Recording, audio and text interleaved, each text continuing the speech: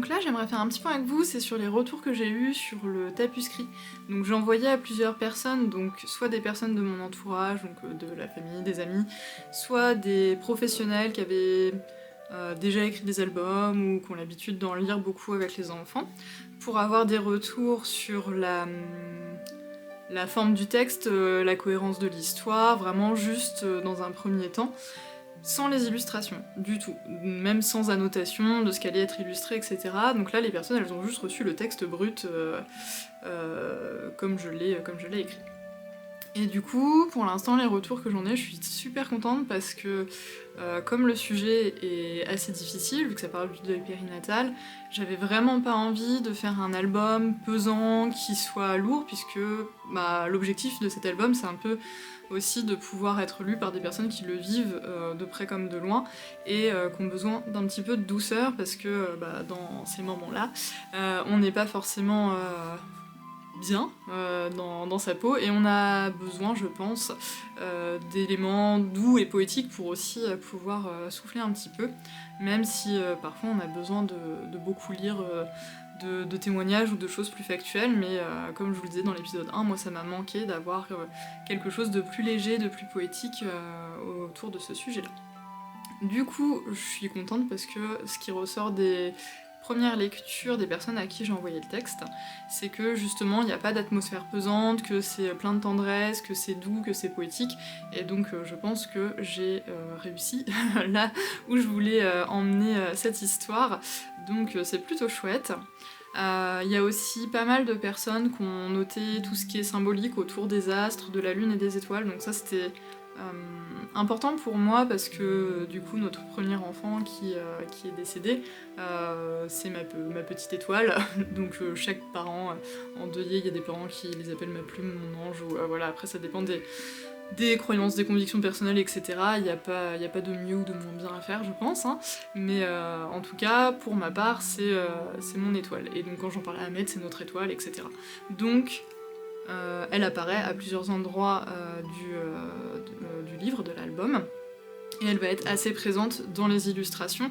Et en fait, je m'attendais pas forcément à ce que juste à la lecture du texte, en fait, ça transparaisse qu'il allait y avoir beaucoup de choses autour de la lune, des étoiles, des astres, etc.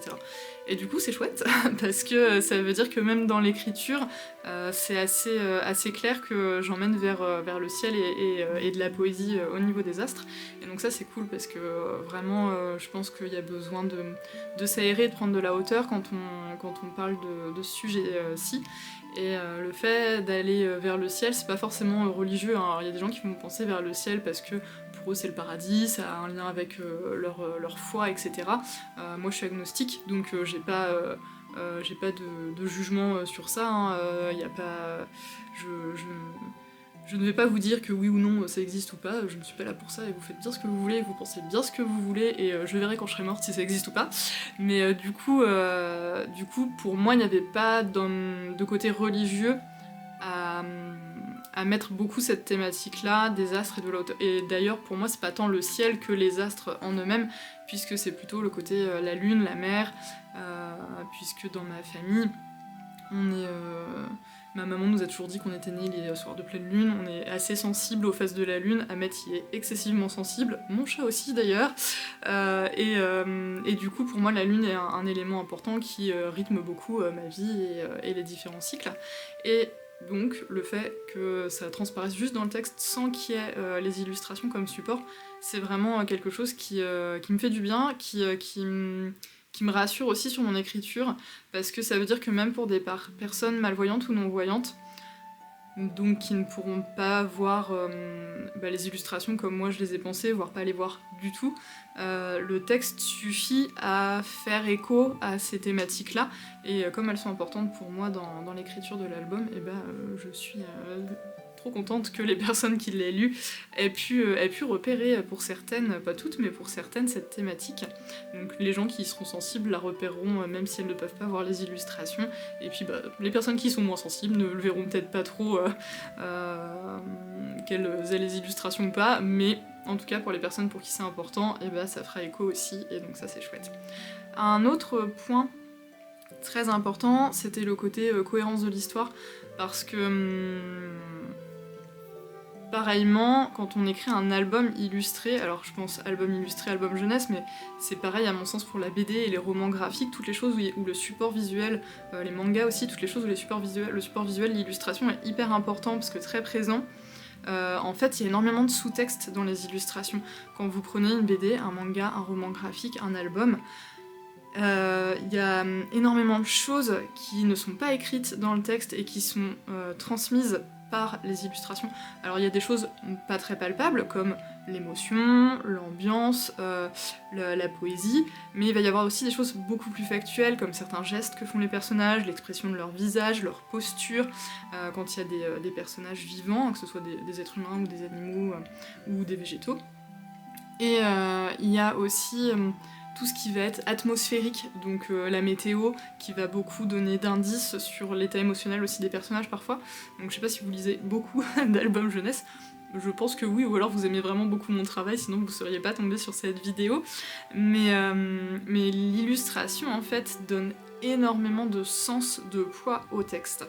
Et d'ailleurs, quand on lit des albums, des livres sans texte avec juste les illustrations, donc il y a plusieurs choses. Moi par exemple avec mes élèves à l'école on utilise beaucoup Petit Poilu, parce que Petit Poilu il n'y a pas de texte et j'ai énormément d'enfants en Ulysse pour qui la lecture c'est hyper dur et donc entrer dans les livres c'est difficile et passer par Petit Poilu qui est un format BD en fait mais sans texte, ça permet de travailler justement sur la notion d'histoire, le récit, la cohérence du récit, les relations de cause à effet, de chronologie, etc.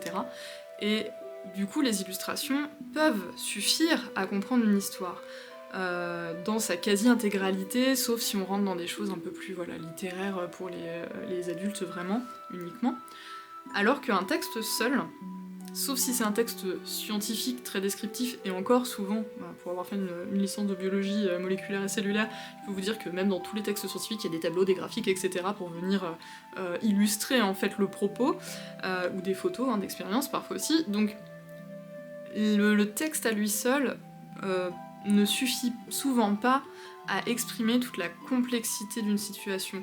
Et d'ailleurs, c'est ce qu'on remarque dans les relations humaines, quand vous écrivez par exemple un texto ou un mail, parfois il est mal perçu par votre destinataire, qui va vous dire « Oh là là, mais tu pourrais utiliser un autre ton, etc. » Alors que vous, de votre côté, vous n'étiez pas du tout énervé, et tout allait bien, et en fait, le fait de passer par uniquement le texte rend les choses plus froides, et on manque de contexte visuel. Sauf que comme l'être humain est un animal social, il a besoin de contexte, il a besoin des expressions faciales, il a besoin de voir la posture de la personne avec laquelle il communique, et quand on passe uniquement par l'écrit, on perd ça.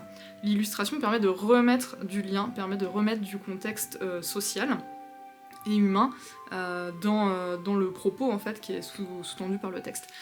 Donc vraiment, le fait que l'histoire, là, elle soit suffisamment cohérente et compréhensible sans les illustrations du tout, même sans indication d'illustration, c'est important parce que ça veut dire que pour des personnes non-voyantes ou malvoyantes, ça va être abordable, ça va pouvoir être totalement utilisé. Et c'était important pour moi que peu importe le handicap des personnes, l'histoire puisse être transmise. Donc du coup, les retours pour l'instant ils sont super chouettes. J'ai pas eu de retour négatif, mais en même temps, je savais aussi qu'en envoyant à des personnes soit de mon entourage, soit des pros avec qui je converse, je vais pas envoyer ça à n'importe quel professionnel non plus, j'allais avoir des retours qui allaient être suffisamment carrés pour pouvoir avancer, critiques au besoin, mais pas forcément méchants ou trolls, parce que après on peut avoir de tout aussi. C'est pour ça aussi que je vous mets pas le tapuscrit librement sur les réseaux ou sur mon blog, etc. Parce que pour l'instant, j'ai besoin déjà de vous tenir en haleine et de vous faire monter un peu le suspense, et puis aussi de moi me concentrer sur les illustrations, et pour ça j'ai pas besoin d'être trop embrouillée avec des bêtises sur le texte. Donc voilà, après j'ai pu avoir quelques coquilles trouvées, des choses plus sur des tournures de phrases parfois qu'ils peuvent mettre propres, mais il n'y a rien eu en retour qui soit compliqué qui demande de remanier le texte en fait vraiment en profondeur et qui m'aurait beaucoup embêté parce que le texte à moi me plaisait beaucoup. Donc voilà pour les premiers retours sur le texte. Donc j'espère vraiment que ça plaira. Du coup, à part corriger les petites coquilles et peut-être à la marge remanier certaines tournures ou un peu la ponctuation aussi, parce que ma syntaxe c'est pas toujours... ça a toujours été, j'ai tendance à faire des grandes phrases en fait, et du coup la ponctuation est hyper importante dans ces cas-là pour marquer les pauses, donc j'ai voilà 2-3 virgules ou point-virgule à replacer, etc. Mais à part ça, le texte est bouclé, j'y toucherai certainement plus, sauf correction à la marge. Donc voilà pour ce petit retour, et puis j'espère que dans les prochains temps, je vais pouvoir beaucoup plus vous parler du coup des illustrations.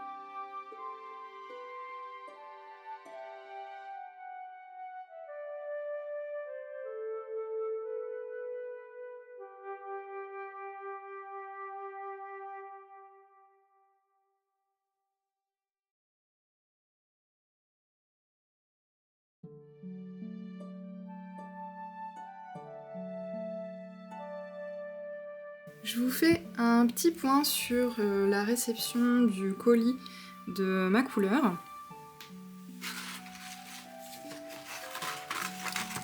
Donc j'ai reçu le tout dans cette petite boîte.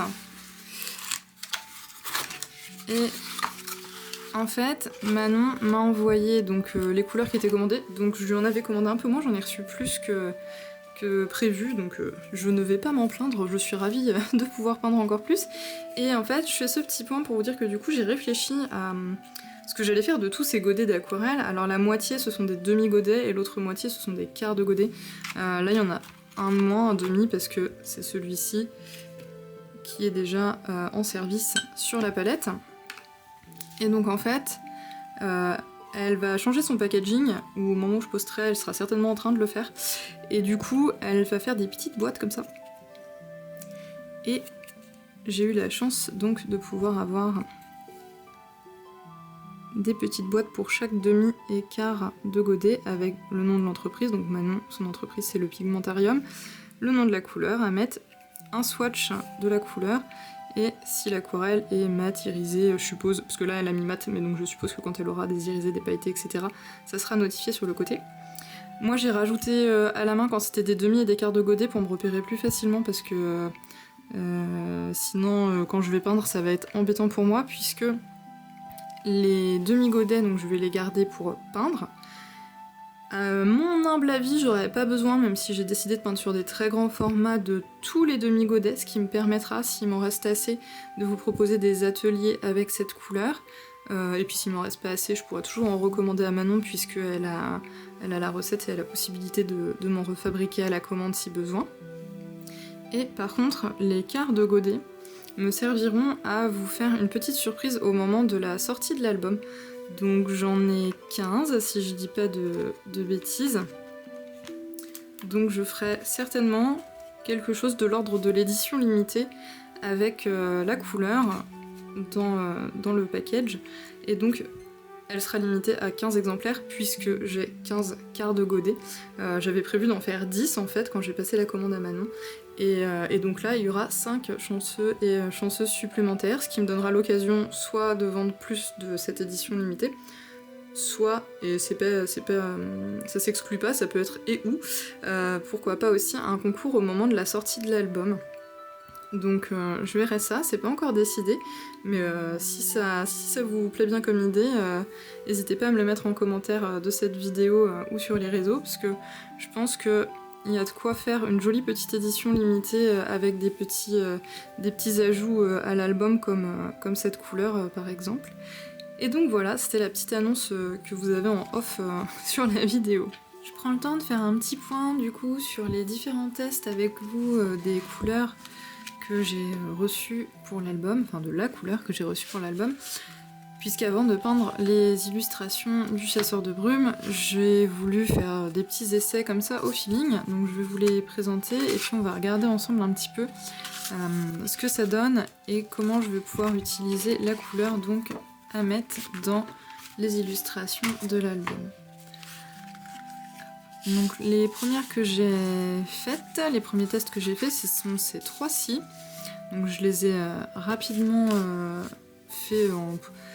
moi je dirais une demi-heure peut-être maximum, vraiment 20-30 minutes, histoire de poser les couleurs, tester ces rendus sur sec, sur humide, en frotté, etc.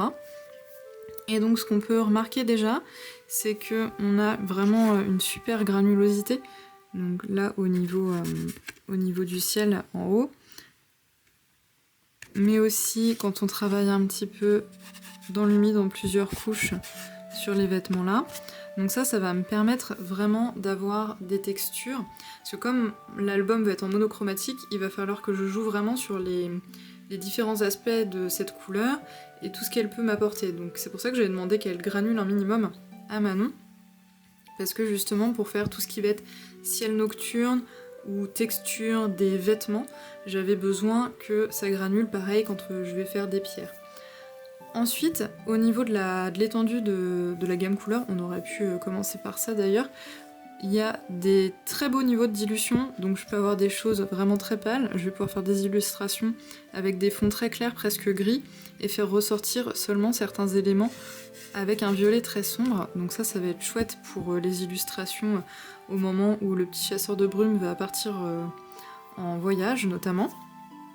Et ça me permet aussi de créer des textures avec un travail en sec sur sec en fait, qui va me permettre de texturer un peu plus tout ce qui est éléments naturels. Donc pour le côté étendu de la gamme couleur, c'est bien pratique et je vais pouvoir poser mes points de lumière et mes ombres assez facilement, du coup même en ayant une seule couleur. Ensuite, il y a le côté transparence et utilisation de la couleur très peu mouillée. Donc là, ça va plutôt être sur celle-ci que j'ai fait le test. Donc là, vous voyez, on a un sol qui est fait en technique très sèche, frottée. Donc mon pinceau est chargé en peinture, mais peu liquide et pas trop chargé, donc je viens l'essorer et je viens frotter comme ça le papier, ce qui me permet d'avoir normalement des réserves de blanc qui se créent. C'est une technique que j'utilise beaucoup pour garder des blancs dans les ciels, pour faire les nuages, et sur la mer pour faire l'écume quand je fais du paysage, notamment avec mes participants en atelier, parce que les paysages c'est pas forcément ce que je peins le plus souvent, sinon moi à titre personnel. Et du coup là j'ai fait une première couche donc très claire avec ce niveau de dilution là, et une seconde ici pour projeter l'ombre en fait des personnages sur le sol.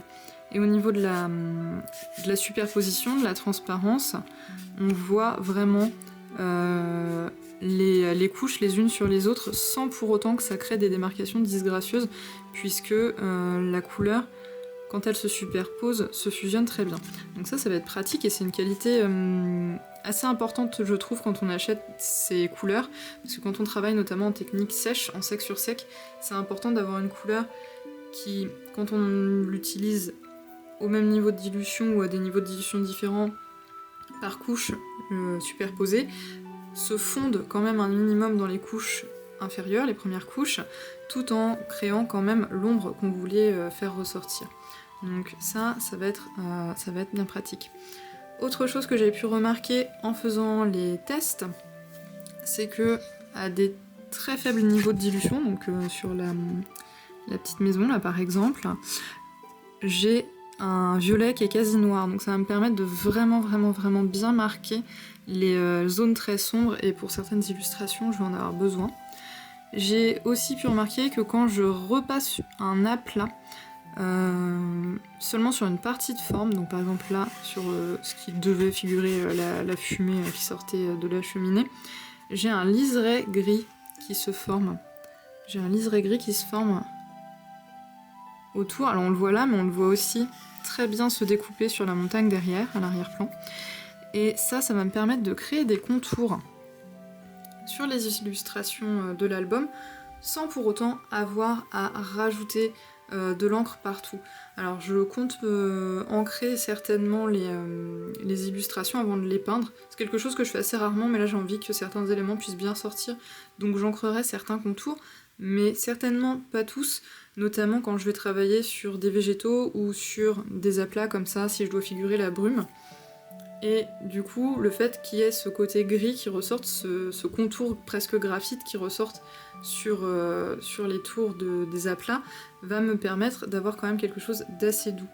Alors ça se voit surtout quand on remouille en fait, et que les pigments ne se fusionnent pas. Donc là en fait, pourquoi ça l'a fait? Parce que j'ai fait le tour de ma montagne, j'ai mouillé après pour faire mon ciel, je suis venue réapposer des couleurs sur la montagne, et le fait d'avoir joué avec l'eau plusieurs fois à cet endroit-là, avec l'humidité, a fait rester les pigments les plus gris sur les zones de jonction en fait des formes. On l'a pas, par exemple, ici, sur les petits personnages et leurs habits, on n'a pas trop ce côté gris-là. Alors à certains endroits, peut-être où j'ai dû repasser, oui, mais pas partout du tout. Et j'ai pu par contre repasser un liseré avec la même couleur pour avoir une démarcation, un contour quand même, pour faire ressortir les personnages du fond. Donc ça me laisse en fait plusieurs options de tour des formes en fonction de ce que je souhaite faire transparaître. Est-ce que l'illustration va être plus douce, plus vaporeuse, ou un peu plus graphique parce que j'ai besoin de faire ressortir un élément. Donc ça va être bien pratique aussi. Une fois que j'ai fini en fait de faire ces petits tests là, j'ai profité d'être bien en phase avec la couleur et qui est le February Artist Challenge qui est terminé au moment où je vais vous poster cette vidéo qui était sur le thème de l'amour et donc j'ai fait cette petite aquarelle, donc c'est un petit format, un type carte postale que je vous ai déjà montré sur les réseaux et sur le Patreon, hein, rien de nouveau, où j'ai essayé de mixer un petit peu tout ce que j'avais pu apprendre sur ma couleur pour voir ce que je pouvais avoir sur un rendu un peu plus abouti, ou en tout cas un rendu où j'avais fait des recherches avant et posé les bases de structure de mon illustration, puisque là j'avais fait les contours des personnages notamment, mis ma réserve de blanc au drawing gum, au liquide de masquage pour mon étoile, et les seules choses que j'ai fait vraiment à la fin spontanément, c'est les notes de musique, parce que ça m'est venu pendant la peinture, mais tout le reste avait été placé. Donc on retrouve la technique en humide pour le ciel avec une granulosité encore plus forte que sur mes tests. On voit ici que j'ai une petite auréole parce que j'ai remouillé, et donc on voit ce côté gris du graphite qui ressort. La technique en sec sur sec dont je vous parlais. Et puis j'ai bien fait contraster les pourtours des capes avec le tissu principal. Donc j'ai réussi aussi à avoir de quoi faire des cheveux qu'on repère quand même assez facilement, et puis des petites joues un peu plus foncées. J'aime bien sur mes personnages, si vous me suivez depuis un moment, vous le savez, mettre des petites joues un peu roses à mes personnages. Donc voilà, du coup, j'ai pu faire cette petite illustration là une fois que les tests étaient terminés. Et ça m'a bien aidé à me projeter en fait dans ce que je voulais pour les illustrations. Parce que comme je vous disais, j'étais partie plutôt d'une inspiration type dessin abrégé, donc ce que peut faire le maître du dessin abrégé, enfin un des maîtres du dessin abrégé, c'est Kei Sei, dont je vous ai déjà parlé dans l'épisode 1 sur le chasseur de brume, sur l'album. Et en fait, je vais garder cet esprit-là, d'avoir le moins de traits possible, des structures très simples, mais je vais pas pouvoir, pour raconter mon histoire, faire vraiment du dessin abrégé à 100%, puisque j'ai envie quand même d'avoir des fonds et des contrastes assez forts. Donc je vais mixer cette technique-là avec quelque chose d'un peu plus dans ce style-là, un peu plus complet au niveau des fonds, et on va voir ce que ça donne donc par la suite.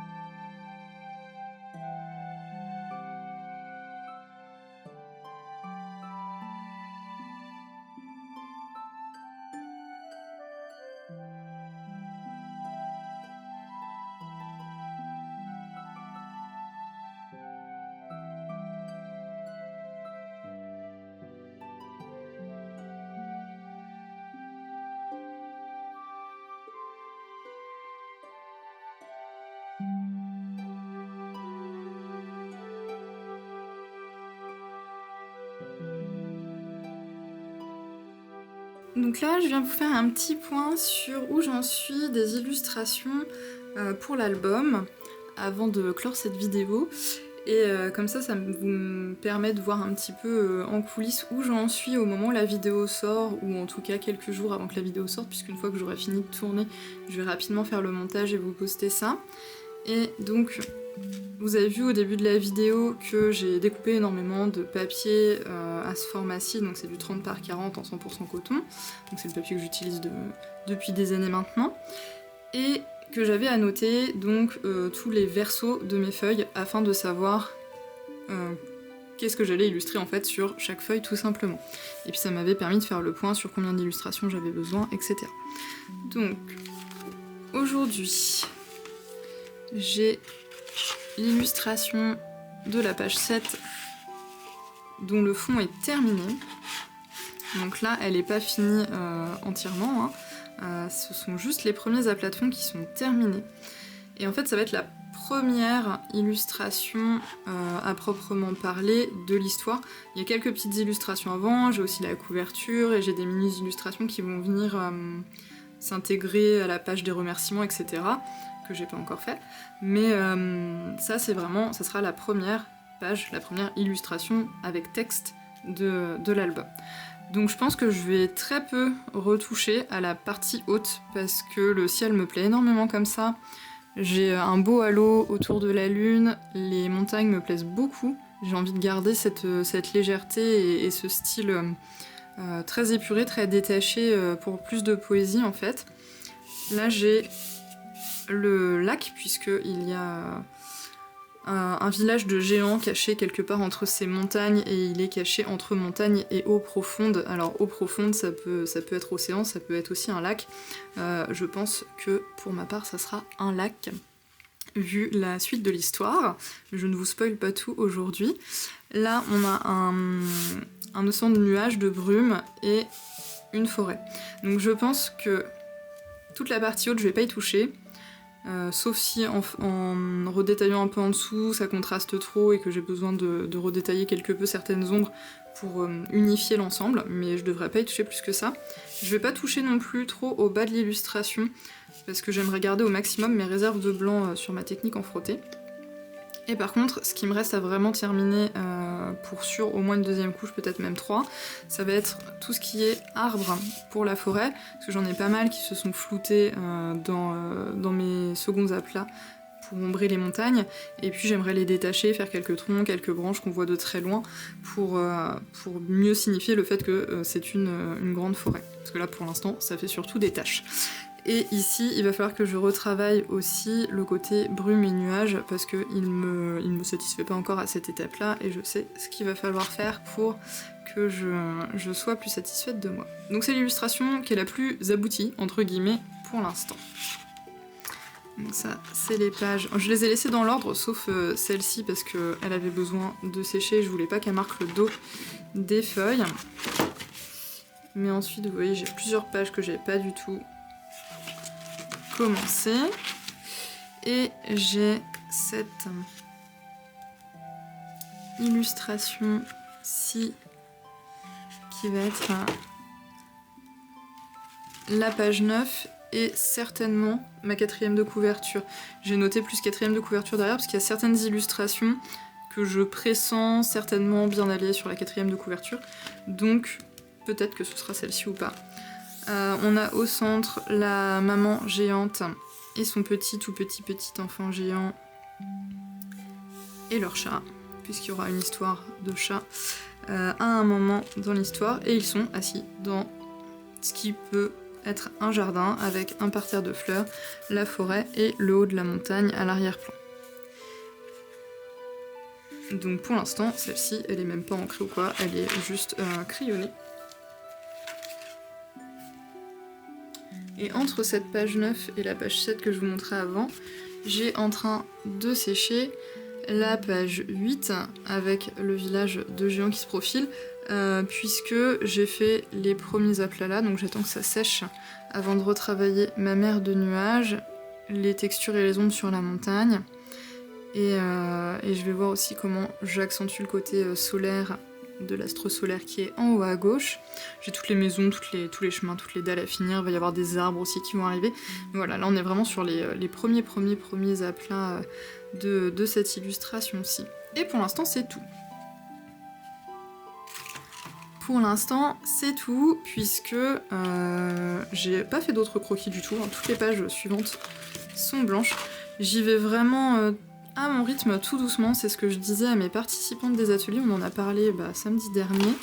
Elles me demandaient, elles savent hein, que je suis en train de faire l'album, et puis elles me demandent un peu comment ça avançait. Je leur expliquais que je ne me mettais pas la pression, parce que vu le sujet de l'album, l'implication émotionnelle que ça me demande, j'ai pas envie de me presser, j'ai envie d'y aller tranquillement, et puis je me mets pas de limite de temps. De toute façon, pour l'instant, j'ai pas d'éléments extérieurs, j'ai pas d'éditeur, j'ai pas fait de commande, j'ai pas de BAT à demander pour l'instant, donc j'ai pas d'éléments extérieurs, d'entreprise extérieure qui peut me donner des délais, des deadlines. Il y a que moi qui peux m'en donner pour le moment, là où j'en suis. Et je pense que je vais travailler comme ça jusqu'au bout d'ailleurs, pour avoir des illustrations qui soient les plus le reflet de mon état d'esprit possible, et les plus libres possible. Et on verra bien après si ça plaît à un éditeur ou pas, et si j'auto-édite sinon ou pas. Mais voilà où j'en suis en tout cas pour les illustrations. Donc j'espère que cette vidéo vous aura plu, qu'elle vous montrera un petit peu l'étendue de l'avancée. Là on est mi-mars, presque fin mars d'ailleurs.